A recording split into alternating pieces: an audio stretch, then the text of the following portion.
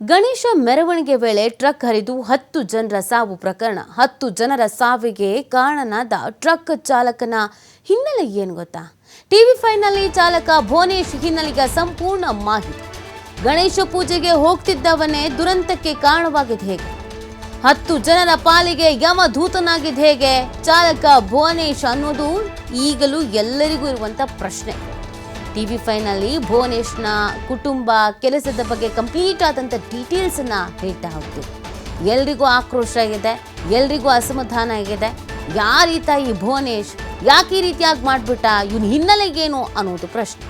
ಯಾಕಂದರೆ ಒಂದಲ್ಲ ಎರಡಲ್ಲ 10 ಜೀವಗಳು ಹೋಗಿರೋ ಈ 10 ಜೀವಗಳನ್ನು ತೆಗೆದ್ನಲ್ಲ, ಈತ ಏನು ಕೆಲಸ ಮಾಡ್ಕೊಂಡಿದ್ದ, ನಿಜವಾಗ್ಲೂ ಈತ ಡ್ರೈವರ್ ಅನ್ನೋದೇ ಅನೇಕರಿಗೆ ಪ್ರಶ್ನೆ. ಡ್ರೈವರ್ ಆಗಿದ್ರೆ ಈ ಥರ ಅಜಾಗರೂಕತೆಯಿಂದ ಡ್ರೈವಿಂಗ್ ಮಾಡ್ತಾ ಇದ್ನ, ಈತ ಬೇರೆ ಇನ್ಯಾವುದಾದ್ರೂ ಕೆಲಸ ಮಾಡ್ಕೊಂಡಿದ್ನ, ಈತನ ಹಿನ್ನೆಲೆಗೇನು ಅನೇಕರಿಗೆ ಈ ಪ್ರಶ್ನೆ. ಆತನ ಬಗ್ಗೆ ಸಂಪೂರ್ಣವಾದಂಥ ಮಾಹಿತಿಯನ್ನು ನಿಮ್ಮ ಟಿವಿ5 ನೀಡುತ್ತೆ. ಸದ್ಯ ಆತನಿಗೆ ಅನಾರೋಗ್ಯ ಅಂತೆ, ಗೆದೆನೋವು ಕಾಣಿಸ್ಕೊಳ್ತಾ ಇದೆ ಅಂತ ಹೇಳಿದಂಥ ಹಿನ್ನೆಲೆಯಲ್ಲಿ ಆಸ್ಪತ್ರೆಯಲ್ಲಿ ಟ್ರೀಟ್ಮೆಂಟನ್ನು ನೀಡಲಾಗ್ತಾ ಇದೆ. ಈತನ ಈ ಕೇರ್ಲೆಸ್ನಿಂದ ನೋಡಿ 10 ಜನರ ಪ್ರಾಣ ಹೋಗಿದೆ. ಅವ್ರ ಪಾಡಿಗೆ ಅವರು ಗಣಪತಿ ಹಬ್ಬದಲ್ಲಿ ಮೆರವಣಿಗೆ ಹೋಗ್ತಾ ಇದ್ರು. ಆ ಸಂದರ್ಭದಲ್ಲಿ ನಡೆದಂಥ ದುರ್ಘಟನೆ. ಸದ್ಯ ಈತನನ್ನು ಹಾಸನದಲ್ಲೋ ಅಥವಾ ಬೇರೆ ಇನ್ನೆಲ್ಲೋ ಇಡೋದು ಸೂಕ್ತ ಅಲ್ಲ, ಭದ್ರತೆ ಮುಖ್ಯ ಅಂತ ಹೇಳಿ ಬೆಂಗಳೂರಿಗೂ ಕರ್ಕೊಂಡು ಬಂದಿದ್ರು. ಟ್ರೀಟ್ಮೆಂಟ್ನೆಲ್ಲ ಕೊಡಿಸಿದ್ದಾರೆ. ಸೊ ಈತ ಏನು ಮಾಡ್ಕೊಂಡಿದ್ದ, ನಿಜವಾಗ್ಲೂ ಈತನ ಕೆಲಸ ಡ್ರೈವಿಂಗ್ ಮಾಡೋದೇನಾ?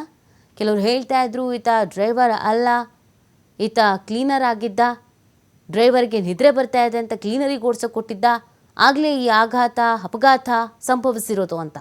ಹೌದಾ? ಹಾಗಿದ್ರೆ ಈತ ಕ್ಲೀನರಾ, ಡ್ರೈವರ್ ಅಲ್ವಾ?